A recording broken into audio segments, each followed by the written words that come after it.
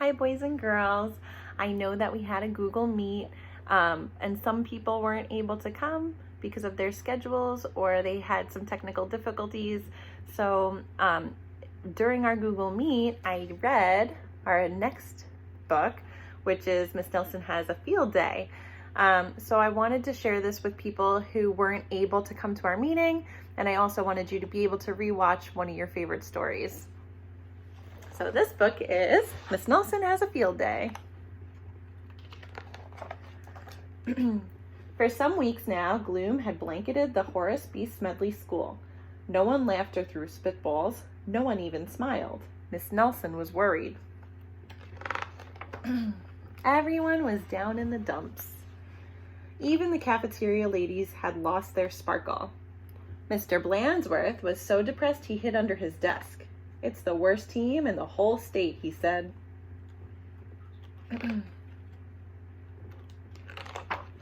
And it was true. The Smedley Tornadoes were just pitiful.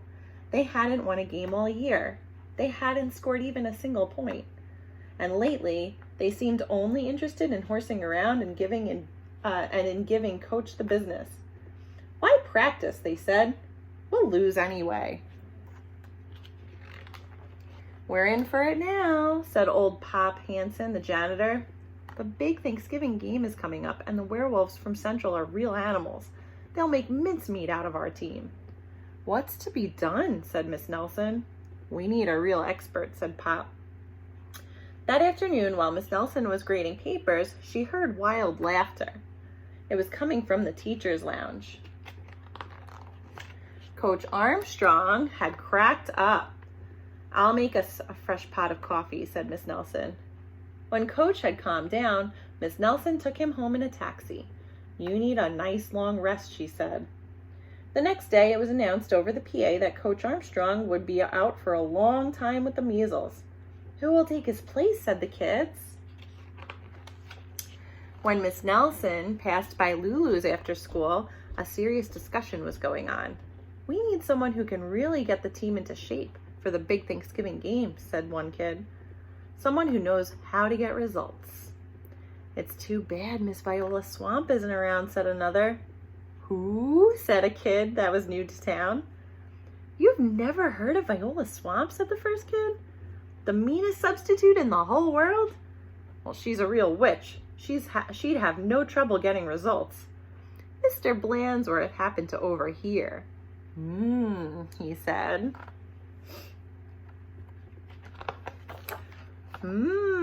Said Miss Nelson, and she wasted no time getting home. After rummaging around in her closet, she found what she was looking for, an ugly black sweatsuit. Then she made an important phone call. "I'll be right there," said the voice on the other end.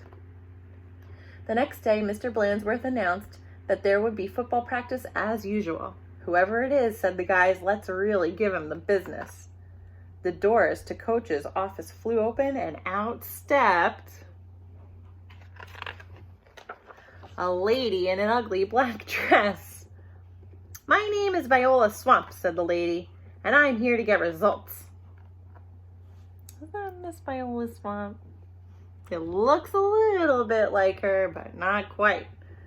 "It's Blansworth," cried the guys, and they laughed him off the field. "Oh, rats," said Blansworth. How could they tell? Just then, the guys heard the sound of squeaky tennis shoes. "I am Coach Swamp," said the lady in the black sweatsuit. "Holy smoke," cried the team. "The swamp!" The team's fullback tried to pussyfoot away. "Not so fast, Mr. Smarty," said Coach Swamp. "Wow," said one of the guys. "Did you see that tackle?"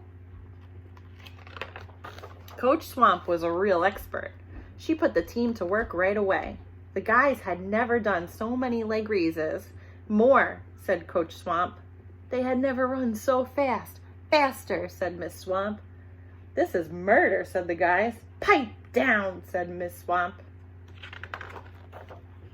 Well, in only a matter of days, the Smedley Tornadoes were looking better. Coach Swamp really gave them the business. Mr. Blansworth was a little puzzled, however.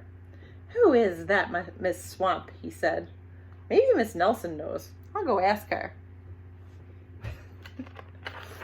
Miss Nelson was busy grading papers when Blandsworth looked in.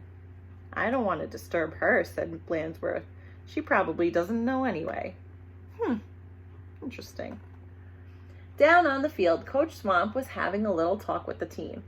And don't ever think you can horse around again, she said, because the swamp will be watching. When Coach Armstrong returned after his rest, he was very surprised by what he found. The guys played like a real team. How did this happen? Said Coach Armstrong. Ooh, said the guys. On Thanksgiving Day, the Tornadoes clobbered the Werewolves 77-3. It was a great day for Horace B. Smedley's school. Mr. Blandsworth treated the whole team to hot dogs at Lulu's. Miss Nelson went home tired and happy.